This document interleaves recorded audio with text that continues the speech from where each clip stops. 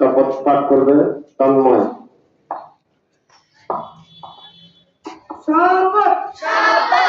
আমি শপথ করিতেছি যে মানুষের সেবায় সর্বদা নিজেকে নিয়োজিত রাখিব, দেশের প্রতি অবগত থাকিব, দেশের একতা ও সংহতি বজায় রাখিবার জন্য সর্বদা সচেষ্ট থাকিব।